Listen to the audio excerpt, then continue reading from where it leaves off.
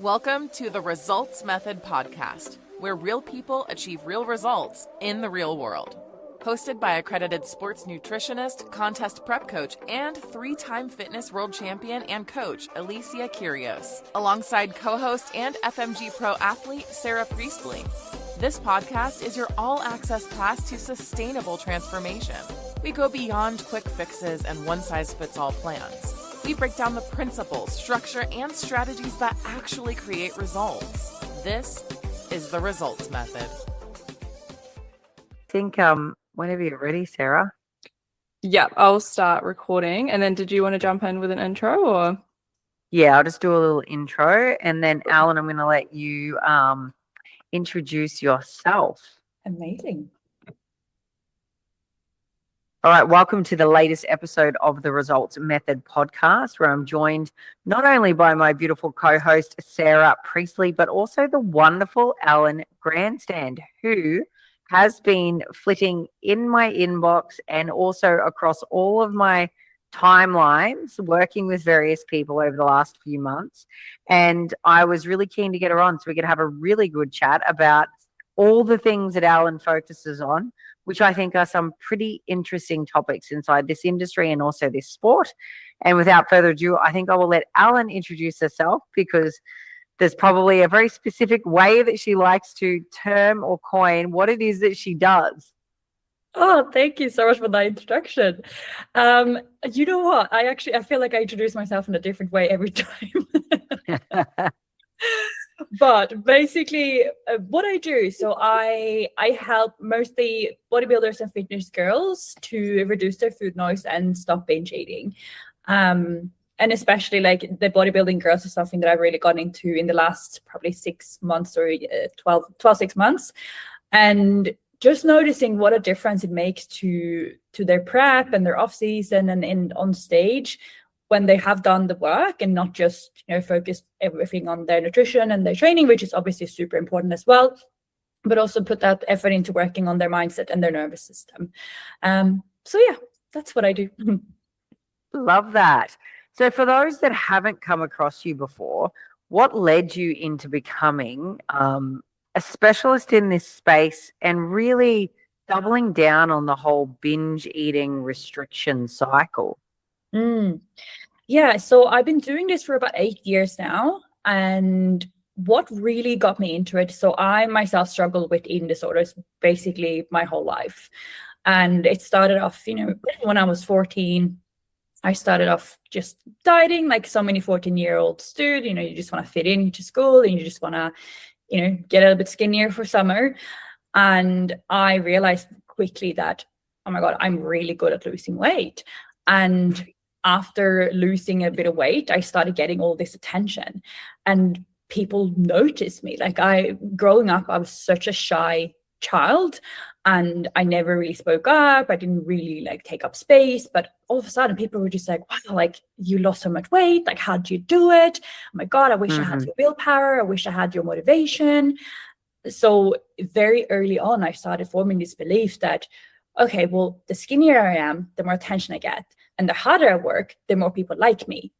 So this very quickly escalated into a full-blown eating disorder where my whole life just revolved around not eating. How can I lie about what I've eaten? How can I lie about how much exercise I've done? Weighing myself 10 times per day. It just took over my life completely.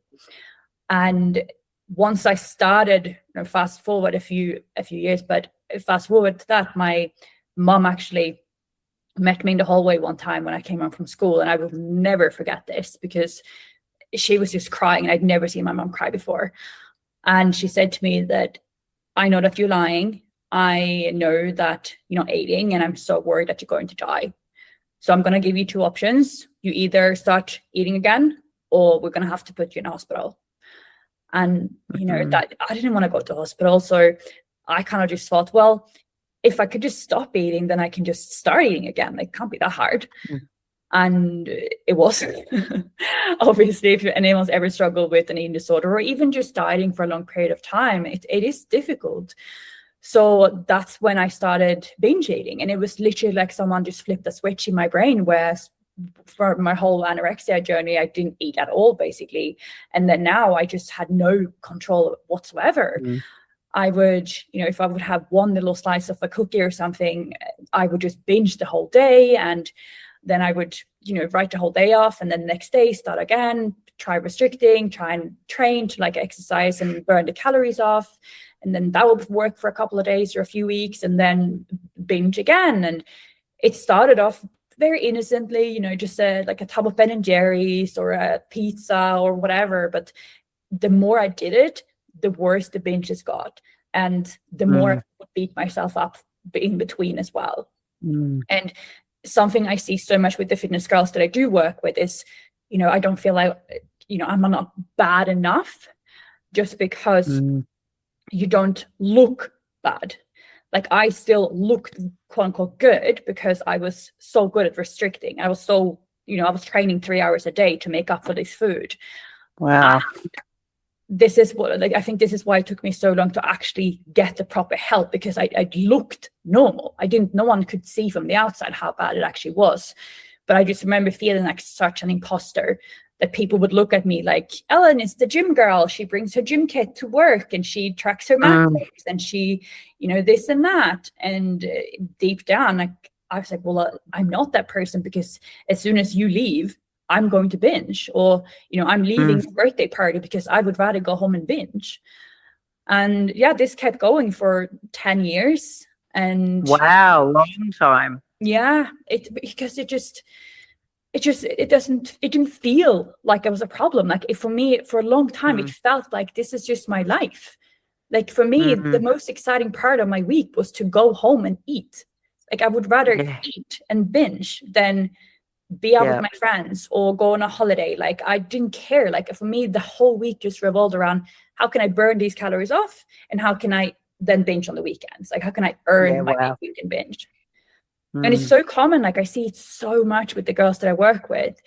But yeah, then how I started recovering was I just joined one of my friends to this like mindset workshop. Like, I'd never done any mindset work before. And the speaker was talking about how so much of our reactions are and the thoughts that we have, and how the anxiety and the dysregulation and feeling numb and stuff like that stems from not feeling good enough, and how our behaviors are just evidence that they're just confirming the belief that we already have. And it was just like something just hit me, and I just started bawling my eyes out. I had to go outside. And then I signed up the next day, and that was my journey. And once I recovered, I kind of felt like, I want to do this myself. Like, I want to help people. And yeah, that's how it all started. Wow, what a journey, and what a really long time frame too, from sort of start to finish. When you had that conversation with your mother, which was obviously a massive catalyst moment, and you decided to just quote unquote start eating again, did you anticipate that concept of simply starting again was the recovery process? Was what recovery actually became really different to what you thought it was going to be? Oh God, yeah.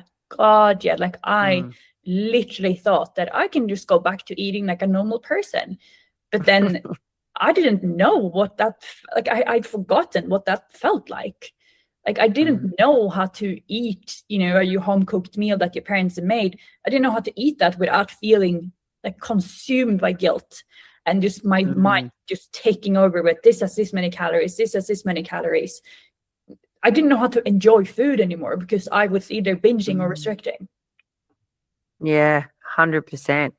And I guess, the recovery process, it sounds to me like, moved you more and a lot more into healing parts of yourself first and foremost, and then the way that you viewed certain things had to change. Would you say that is the cornerstone for most ladies that you see? Yeah, absolutely.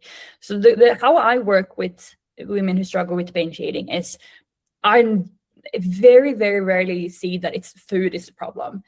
A lot of people will come to me and say I just love food, or I have no willpower, or I'm addicted to chocolate.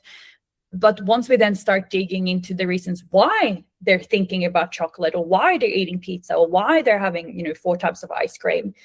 There's almost always a deeper lying reason. And so many of us women have been brought up with this mindset of, we're supposed to be the good girls. We're supposed to just be happy and be easygoing and not really speak up and not have needs and not set boundaries. Just kind of go with the flow, just be easy, just, be a good girl. And as soon as you start crying or showing any kind of anger or big emotion, a lot of us were just sent to our rooms or told, oh, stop crying or come back when you're happy. And what this really teaches that little girl is that your feelings don't matter. Your feelings are not valid. Like, you're overthinking, you're too much, you're so emotional, you're too dramatic. So we learn to push these down. And then a lot of women that I specifically work with, and, in the bodybuilding industry, they're overachievers. They're like the ones who love to push it to the extra limit. They love that validation of like doing this thing that no one else can do, like going the extra mile, being the hardest worker in the room. So when you have that I need to go harder, I need to push more, I need to do more things, with also the other side of, I also can't show anyone that I'm struggling. Like, I cannot ask for help. I cannot show anyone that I'm not doing that well right now. I need to keep achieving. Well, eventually your body's going to go, you can't. Like, you have to stop. You have to regulate. You have to take a breath. And food is the easiest way for most people to regulate. Something that we all have at home. You can order it within 10 minutes on your phone. Most people live quite close to a service station or a shop that you can just go in and buy chocolate or whatever. And yeah, it does work at the time. You do feel better. Whilst when you're binging, you do feel good in that moment. But then after, you get consumed by this, the guilt and the shame, and like, I shouldn't have done this, and the anxiety comes in, and like, okay, how can I fix this? Like, I just need to be stricter next week. I need to just get rid of all the chocolate that I have in the house. I need to tell my coach that I need to have lower calories or whatever it might be. And that works for a little bit, but then the next weekend comes around and same thing happens again. Yeah. And I can even think about certain scenarios where they wouldn't even tell their coach what they're doing, but they're actually restricting themselves. Yeah. Especially in a reverse process. I've seen it many times over the years.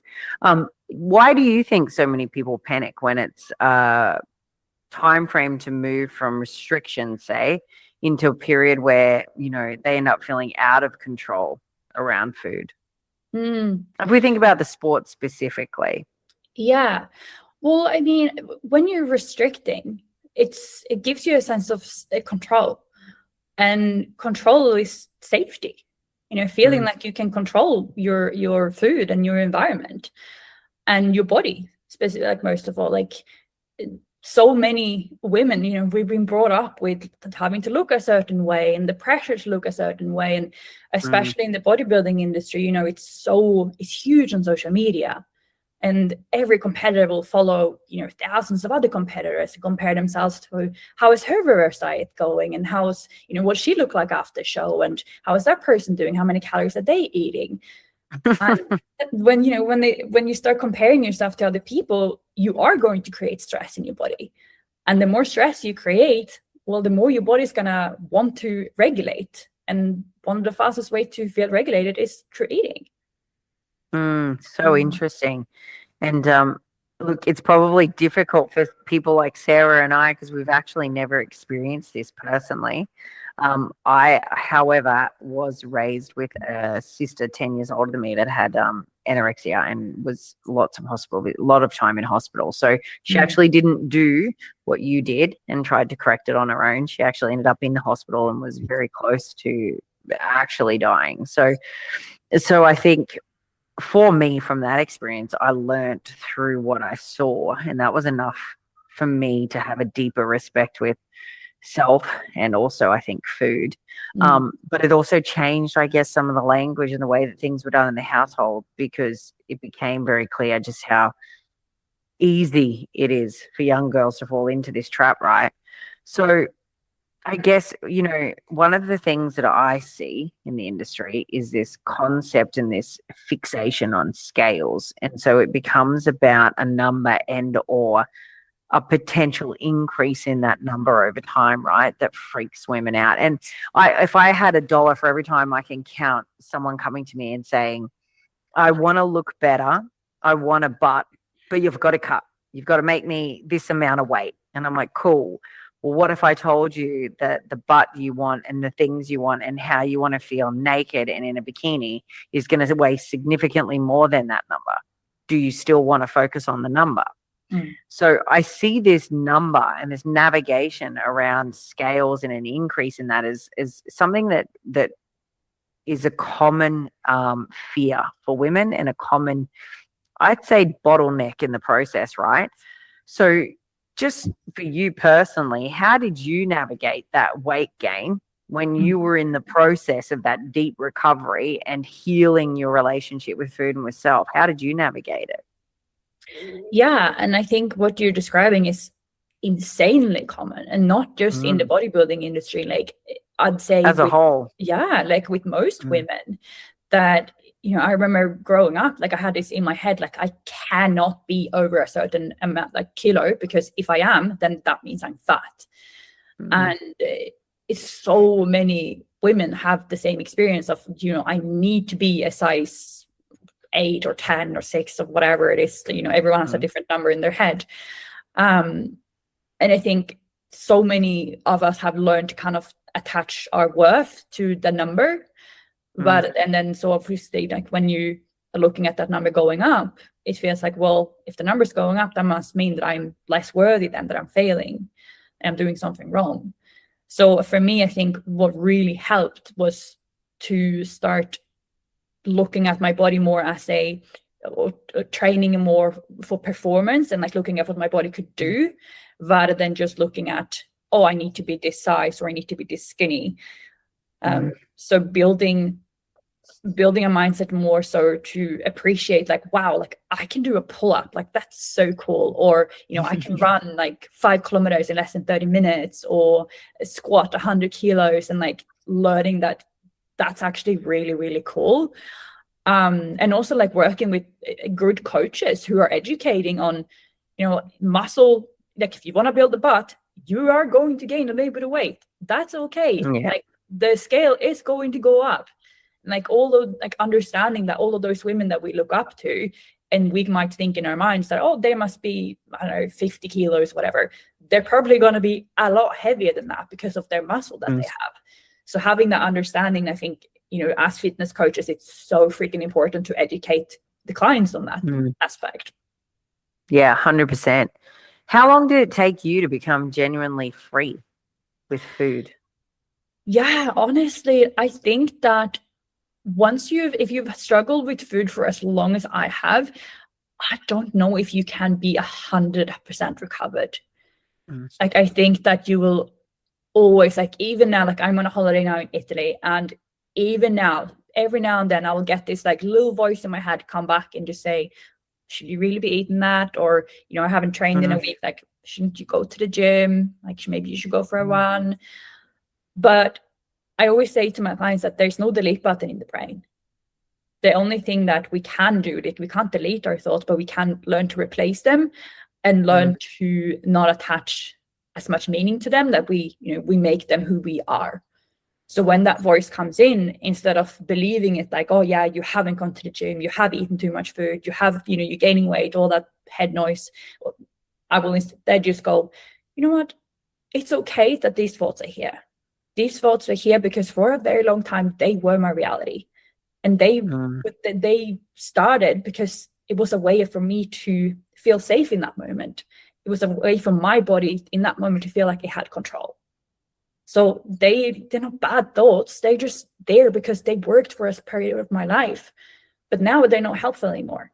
And what's helpful for me right now is to look at, you know, this beautiful like house that we're staying at in Sicily, you know, spending time with my family, enjoying the moment, like having that gelato, because like Italian gelato is the best. Like, where else are you? Yeah, absolutely. Sarah had it in her plan every single day as part of her recovery phase, straight off stage. So exactly. And I really do believe that your body is just it's it's just evidence of like what your current priorities are. And if you're on a holiday and you're eating a bit of extra food, yeah, you might come back a little fluffier, and that's okay. You know, it will just come straight off as soon as you get back home and you go back into your normal habits. You don't need to go for this crazy restriction diet when you get home to like quickly lose the weight again, because that all or nothing mindset that you've been doing for most of your life is also what's gotten you into this position where you're in when you're feeling guilty around food. You are binge eating, you're constantly yo-yo dieting and beating yourself up. So we need to break that in order for you to actually have a happy and fulfilled life. Yeah. Where do you think that mindset comes from? Like, I'll start again Monday, or I'll start again when I come home from holiday. Like, where do you think that mindset comes from, and how do you help people work through that and just get that kind of balance in their everyday life? Yeah. I think it comes, well, for a lot of people, it comes from having lived a life where you have been rewarded for being perfect. So if you, for example, grew up, like so many women, myself included, grew up with a dad who I felt like the only real time he saw me was when I was performing, was when I, you know, was achieving things. So I learned that love is conditional, and I'm only good enough when I am achieving things, when I'm being all in. So therefore, being all out means that you're failing, but I didn't know anything different. So that's very common for a lot of people, but not everyone. Another reason why the all or nothing mindset is there is it feels safe. You know, when that anxiety kicks in, anxiety is very good at getting us to do things. So when our anxiety kicks in, we usually go into, okay, how can I fix this situation by doing something? So how can I train harder? How can I restrict more? You know, I just ate a whole tub of gelato. Okay, this anxiety, this guilt creeps in. How can I fix it? By restricting, by training more, by coming up and training a new meal plan, or, you know, changing my nutrition coach. You know, I'm sure you've seen them all. And, you know, you do that for a little bit, but because you go so hard, you go so all in, then eventually your body's like, I can't take it anymore. You can't be so all in all the time. You can only be like that for a certain period of time. Eventually you need to rest. And if you don't take that rest and slow down, your body will slow down for you. Do you think there's like red flags or warning signs that people would get before a big binge, or before they kind of reach that level where they just can't take it anymore? Like, are there things they can look out for? Yeah. So a big thing that I see, especially with bodybuilders and having been around a lot of bodybuilders, is coming out of the show and having, like, you know, a croissant or whatever it might be, and instead of like taking time and eating it, just shoving it straight in, like it's gone in like a minute, like that. You see that backstage. Yeah. And like, obviously, you know, as soon as you just come off stage, you know, it's a fun experience. You're having fun with your girlfriends at backstage and eating cookies and whatever. Like, I don't want to take away from that. Like, I think that's such a fun part of it. But when it then bleeds into like weeks after stage, that's when it starts to become a problem. So I'd look at how fast you're eating, how much you're thinking about food. Before a binge, you will, once you start noticing these things, you will start noticing that, you know, your heart might start racing, that you might get this hyper focus of, I just need to eat that donut, and I can't even think of anything else. Like, I don't care that I have to drive across town to get this donut, or leaving my kids in the car, or that the donut is like $50 or whatever. Like, you just want to eat it. And usually feels a lot of like you on autopilot. Like, you have kind of this one side of you is like, I shouldn't have it, but the other side of it's like, but I can't stop thinking about it. Like, it feels like an addiction. Like, it does feel like an addiction. I was about to say, you actually sound like someone who's about to take a big hard hit of a very hard drug. Like, actually, that's exactly all of the symptoms and stuff that they show. That's interesting. Okay, so, you know, question for you. If you've got an athlete that's just stepped off stage, and historically all the way through their process have been fantastic, but all of a sudden, you know, they might go MIA for 4 to 6 weeks, and then they're in your inbox and they've basically blown up 15 kilos, you know, 10 to 15 kilos in 5 or 6 weeks. I know this sounds extreme, but it's not. This stuff actually happens, and people legitimately do this. And I saw a young girl once, wasn't my athlete, but I saw her gain 10 kilos in 10 days. post a show because she just did the cookie and donut thing you just discussed to the extreme. So my question to you is that if they are in good enough hands or have a good enough support person that they're given someone like you as a contact to reach out to and they make that call, what is the process you go through with them? Talk us through a little bit of okay, so from the minute that Mary comes to you, how do you treat Mary and what does it look like working with you through a situation like that? Because you probably see stuff like this all the time. Yeah. Yeah. So every single client that I work with is, very different. So what I first need to do in our first call, I will go through basically their whole childhood and their whole upbringing, because this is really going to tell me a lot about what are their core wounds, what are their triggers going to be, and what are the stories going to be that they'll be telling themselves.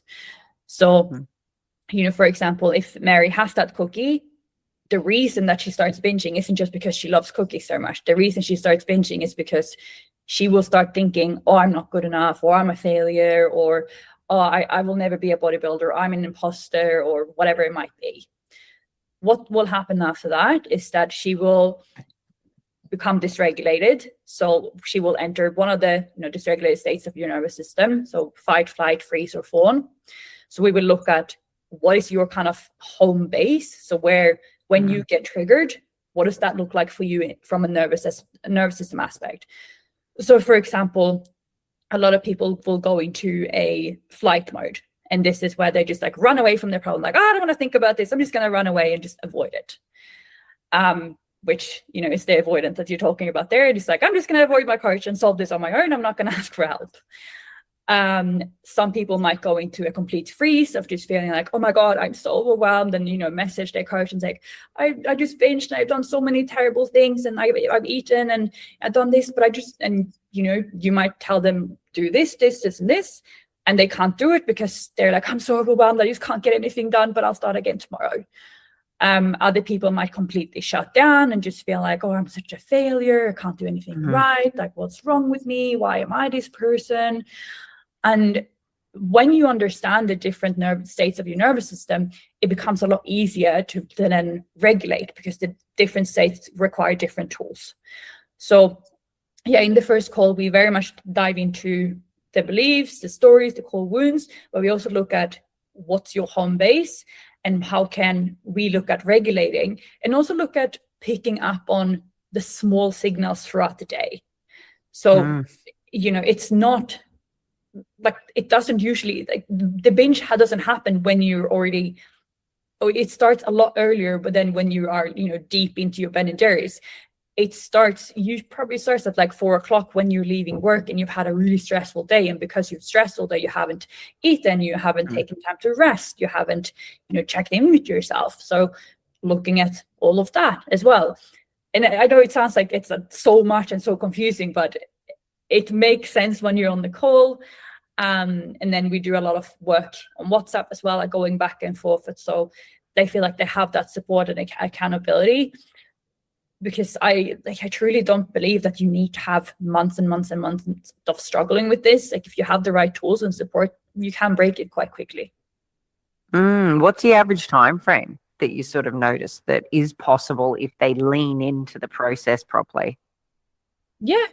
The girls who actually lean into the process, who trust the program 100%, who do the task, and not even so much doing the task, but just like have that communication and ask for help when they need it, usually within like 6 weeks. Oh, wow. Okay. That's a lot sooner than I would have thought. That's really good. Yeah. I mean, like I said, like we can't delete something from your your brain. So that's why, I would never just finish off with a client and after 6 weeks and just send them off, because then they're very likely to just fall back into old habits. So obviously we need to take the time to really ingrain it and make sure that this is now your new normal, and that whenever you, go through a breakup in the future or you do another bodybuilding show, you don't just fall back into this again. Question for you on the concept of doing another bodybuilding show, because this is definitely, stuff for me where I'm like, cool, you're not even looking at it. We're not even considering it. It's not even on the bingo card. I can't even tell you when it's going to be. And I believe that if you're a good coach, that's exactly how you do converse with someone that starts to elicit issues and or dysmorphias that become problematic, right? Is this, concept of, do you try to persuade them into avoiding and stop focusing on and stop setting deadlines and goals for future stages until not only has this pattern been, or this almost like a rewiring taken place and ingrained, which is essentially what you're doing, but then you've been able to manage this without repeat bouts and or relapses for a period of time? Do you sort of set that vision for them? Yeah, for sure. Like I've said to multiple people that I don't think you're ready to leave the program, or I don't think that we should even be thinking about a competition for you right now, or this needs to be the number one priority, like before we look at competing or losing weight or anything. And like, I'm sure you've had this yourself, like some people will take that on board and they will be like, okay, some people won't. And some people are like, you know what, no, I want to finish off, like I want to do this right now. And a lot of them usually comes back 6 months later. So yeah, and you will. Sometimes there are people that definitely don't like being told no or being told what they need to hear. They just want what they want to hear. And that is when you will see people exit and go to a different coach that doesn't mind, doesn't care, who cares about their health, throw them on stage anyway. We definitely see it. It's absolutely an issue inside of this industry. And I would say, now that you've been on both sides of the coin of both the eating disorder and then in what you thought was recovery, a binge restrict cycle that seemed to take up well over a decade of your own life, what does this sort of give you, and how do you, when you think about like the bodybuilding process as a sport and the industry as a whole, what does that give you about it? Like, how do you feel about it? What would you, has your views on it changed since going through all of this yourself? I've always been under the mindset that I don't believe that there's just one thing that causes an issue. Like if you go into bodybuilding and then you have an eating disorder, it's not just the bodybuilding. Like it doesn't create an eating disorder, I don't believe. I believe that it just kind of magnifies what's already there. And you are going through, like, you're putting your body through extreme restriction and extreme, posing and training routines and all the stuff that is required. So if you have any underlying issues there that aren't resolved, whether that is anxiety or depression or your relationship to your body or to food or feeling like an imposter or comparing yourself or whatever it might be, that is going to be, you're going to feel that like times 1,000. Maybe not so much whilst you're in prep, because then you have this like huge goal of getting on stage and getting your sparkly bikini and visualizing yourself doing all of those like really fun things. So it can be easy to kind of push those feelings down of like, oh no, I'll just train a little bit more, or I'll just meal prep, or I'll just practice my posing or whatever, like distract yourself. And then when we've removed that distraction, well, all of a sudden, all of these things that were kind of just sitting on the surface will just come up. And this is where I think this is why so many people start binging, because most people don't have the tools to deal with all of that. And a lot of people feel, very lonely. They feel very lost after coming off a show. That super like huge goal, the hyperfixation is gone. Like there's a massive part of your life now that, you're no longer spending however many hours doing your steps, doing your meal prep, doing your posing, emailing the bikini person, like all of these things that does take up a lot of time, that's all of a sudden gone. And you have all of these extra spare hours. Like, what do you do with them? And food is, something to do. Are there other habits or like mechanisms that you give people to focus on, like when they're going through those issues and when they have all that extra time? Yeah, so even with the girls that I work with that are currently in prep, I'm very, very big on like, yes, of course, like you do need some aspect of like all in if you're going to compete in bodybuilding. Like you can't really go out drinking or go have gelato every single day. Like, you can't. At least not like at the final stages. But I'm a very big on, we need to make sure that you are not like Mary the bodybuilder, like you are Mary and you like bodybuilding. That's not who you are. So like, what else does Mary like to do? Maybe she likes going for hikes. Maybe she likes going for coffee with her friends. Maybe she likes painting or going to the movies or whatever. And very, like, try to have a normal life when you can, so that it doesn't feel so weird when you then remove that huge thing after the show. It's really interesting that you talk about it like that. I was actually just presenting at the seminar on the weekend, and one of the largest sections that I discuss in the off season, which is what we're discussing, is the potential area for this particular scenario to rear its ugly head, is the psychological impact of coming to the completion of a major event, because it is really psychologically overwhelming for athletes. And so we talk about the onus being on the coach to educate prior, leading into what is going to be on the other side, but then also being the support network for the individual post-show, right? I actually agree with you in the sense where I think that bodybuilding as a whole is not the precursor necessarily, but it is something that it's like when someone takes drugs or drinks alcohol and people say they're a nasty drunk. Well, no, they're not actually a nasty drunk. That's an undercurrent of them that has been heightened by the substance itself. So bodybuilding can be quite the same, and it can be the vehicle or the conduit that basically heightens what's already underlying. And so I agree with you. And I think that this could also then be taken into what a prep season should look like. And a prep season is not the cut to stage. The prep season should in fact be a period, and quite a steady period prior to the cut, which we sort of typically talk about being at least 12 to 18 months prior. And during that period, there is ample opportunity, and there should be at least 2 periods of time where a good coach will have put someone through a very small window of a cut phase and identified and be looking at potential things coming up.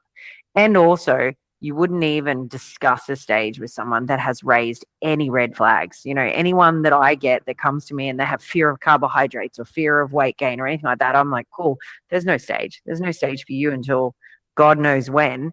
But that dialogue and that whole way of thinking can't even be a problem for you to be able to step into this. And I would hope that more coaches are actually thinking like that or talking like that with people, because I think it would make a lot of these scenarios maybe happen less frequently. And I think it's sad. I don't know, about you, but when I feel someone going through this, or I see or hear someone going through it, I find it really sad. Maybe that's linked to what I witnessed as a child. I don't know, but I feel for them. And I personally just wouldn't want anyone going through it on my watch. You can't catch them all. So, my best laid intentions to avoid people experiencing it don't always go to plan, because people can hide things really well. As you say, they can suppress things really well and never let you know what's going on. But I tell you what, over years of doing this, I can pick up on it a lot more frequently now than I would miss it. So if you could speak to someone who's listening to this right now who maybe feels a little trapped in this cycle, what would you want her to know? Well, I'd say there's no shame in asking for help. I think so many of us carry this wound or this idea that we need to be strong, independent women, and that we can't ever admit that we're not doing that well, or that there's something wrong, because I think, asking for that help, it kind of makes it real. Like it's a lot easier to just stay in that suppression mode of like, oh, it's not that bad, or, I'll just do another, like next week will be different, and I'll just try a bit harder next week, or try a new diet, or, I'll just not eat for 2 days, and then I will just tell my coach that I did eat. And, it's a lot easier to stay in that mindset than to actually come clean and actually say, like, you know what, I'm not doing that well. because it's scary. Like, what if someone rejects you? What if someone judges you? What if someone looks at you and like tells you that you're not enough? Like, it is really scary. But I think if you don't feel comfortable talking to your coach about that, then maybe there's something there that maybe like this person isn't for you. Like, I feel like coach should be someone that you can have quite an open dialogue with. And Agreed. if your coach can't help you with that problem, well, then they should be able to refer you. Like, we're not experts at everything. Like, I love that. Yeah. I love that you said that, because that is definitely something that I don't see enough of, but definitely something that I believe in and will often say to people. If actually, I've been guilty of this several times where I've been like, cool, we can't even consider anything else until we include a therapist, because now this is at a point where and it will be about small things, Alan. It's not about I have had this conversation with ladies I deeply care about, when it's not even a problem of they're doing a binge restrict cycle, because I haven't done that, but where they constantly have conversations of such a high level of dysmorphia where I'm like, cool, that's the start of a big flag that could become a problem with restriction or binging or self-destructive and harmful behaviors as a result of the negative dialogue that you see when you see a reflection, right? And where nothing is ever good enough because they're picking themselves apart to the point that is, painful for me to listen to, because I know that there is some deep wounds going on. So I have openly made girls go to therapy. And look, I'm not even mad about it, because the two I'm thinking of right now are now in really good places and no longer doing those things and haven't gone down a slippery slope. I have openly lost two people where I've said, you need therapy, and they've gone, no, I don't want it, and left. And that's okay too, because I feel like I have ethically shown up as the right type of coach. What else would you say, that you would like to see more of from the coaching landscape that also has a part to play in how these women feel and, how they come out the other side of show experiences? Collaboration, 100%. Like, I think, unfortunately, this industry is very competitive. And like, competitive is good, but it's competitive in a bad way, where people are like, oh, you followed my client. Are you trying to steal them? And, why are you trying to poach my clients from messaging her on her stories? Or, people kind of try and wear every single hat you can as a coach. They think that they're a therapist. They think that they're a hormone specialist. They think they're a gut health specialist. They think they can handle pre-postnatal. Like, no, like, stick to your own lane. We should all stick to our own lanes. Like, stick there. That's what you're good at. Specialize in that.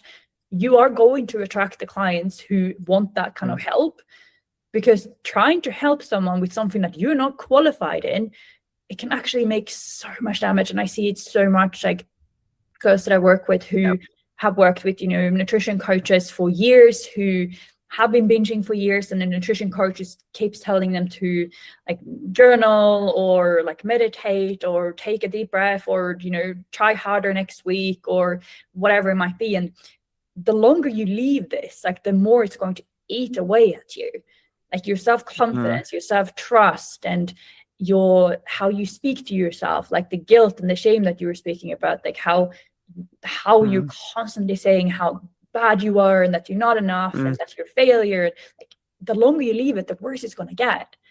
So from a client's perspective, like, get the help as soon as you start seeing these red flags, as soon as you start thinking, maybe this is an issue, get the help.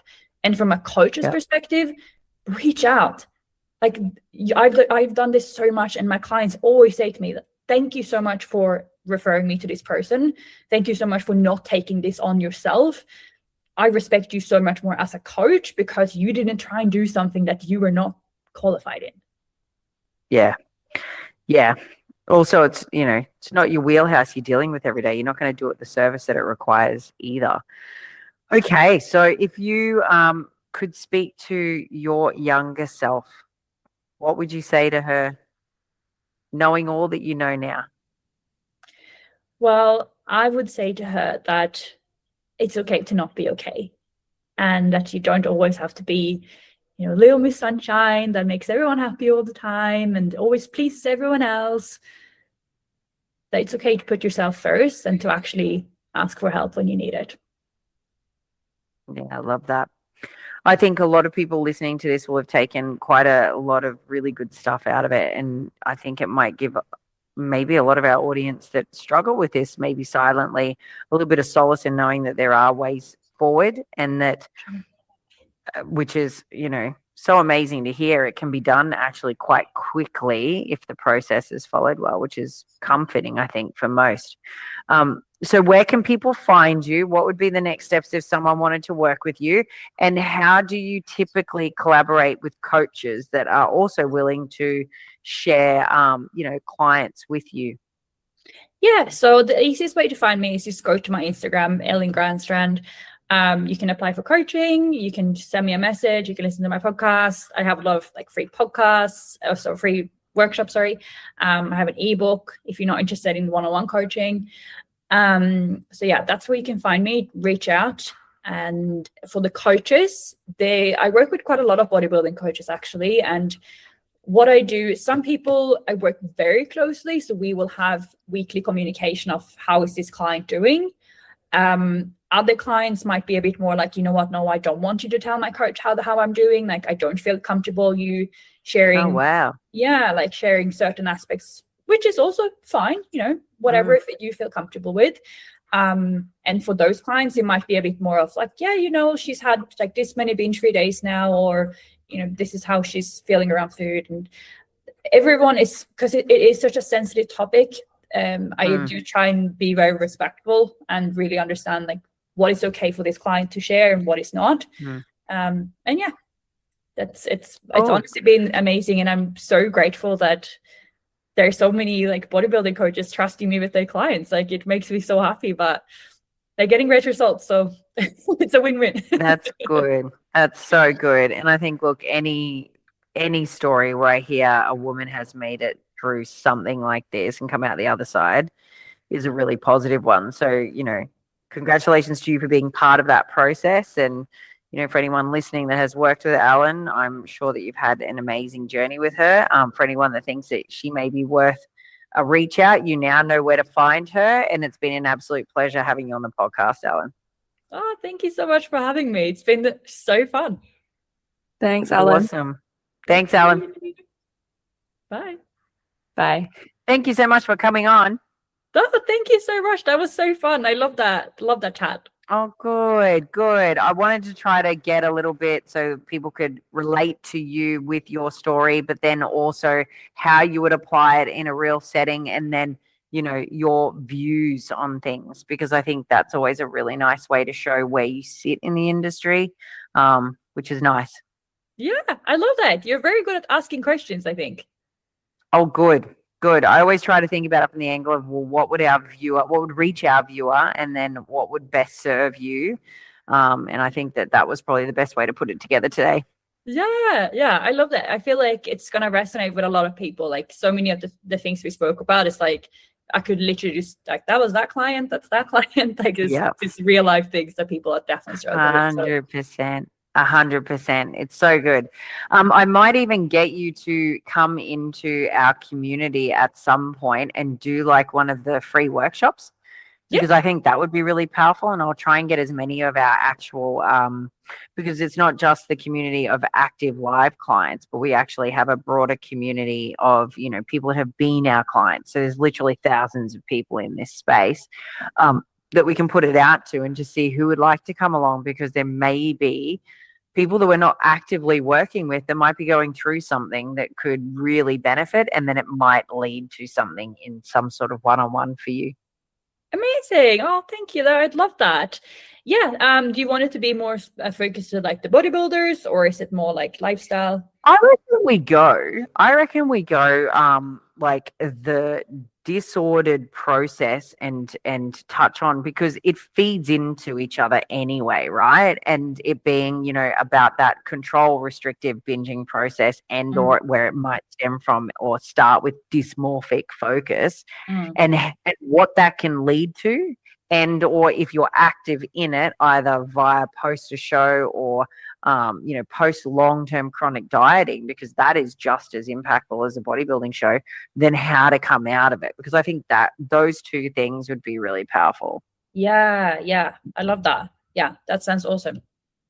Because even though we know that the restriction is just so much more heightened in a sport like bodybuilding, it is not limited to bodybuilding. And I see this all the time. So I just think, and it's going to sound bad, but it's women over 40 that were raised in the generation where skinny was the thing and shrinking was the focus. So I think, there's a big demographic there that struggles still to this day with a lot of stuff.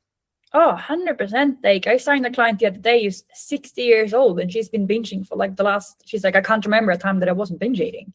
Oh my gosh. And it's just horrible. Like, yeah. Horrible. And they, gone from like nutrition coach, done the 8-week challenges and like all this yo-yo dieting. Nothing sticks.